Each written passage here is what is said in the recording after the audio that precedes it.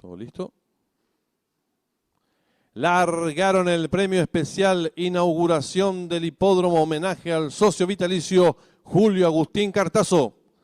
Sale decididamente a enseñar el camino al participante número 1, Bajan Kadim, le toma cuerpo y media ventaja al 2, Don Pablo. Tercero se desempeña el número 4, Volcán de Fuego. En la cuarta ubicación a varios cuerpos lo hace el número 3, Fraternal. Los competidores están enfrentando al primer codo con el número 1, Bajan Kadim, enseñando el camino. Cuerpo de ventaja sobre el número 4, Volcán de Fuego, que va en su búsqueda. En la tercera ubicación se desempeña 2 cuerpos y medio. El número 2, Don Pablo, sigue cerrando la marcha, varios cuerpos, el 3, Fraternal. Los competidores están ingresando en la recta opuesta sin variantes con el número 1, Bajan Cadina, enseñando el camino.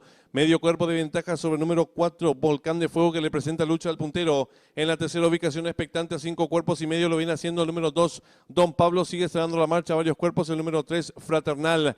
Los participantes dejan atrás la indicatoria de los 1100 metros con el número 4, ahora Volcán de Fuego. Medio cuerpo de ventaja sobre el número 1, Bajan Kadim.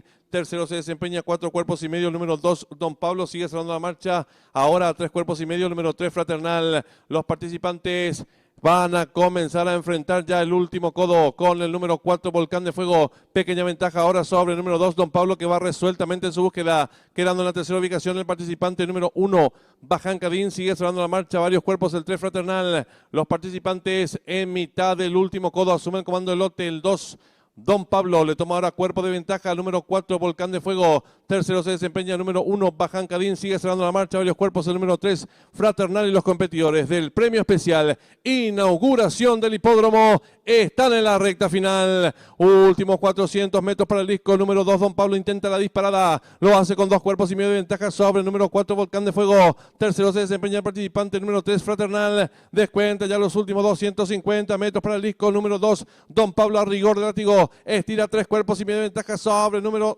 4, Volcán de Fuego. Tercero lo hace el 3, Fraternal. Descuenta ya los últimos 100 metros para el disco con el número 2, Don Pablo. Y Juan Figueredo logra estirar amplias ventajas sobre el participante número 3, Fraternal.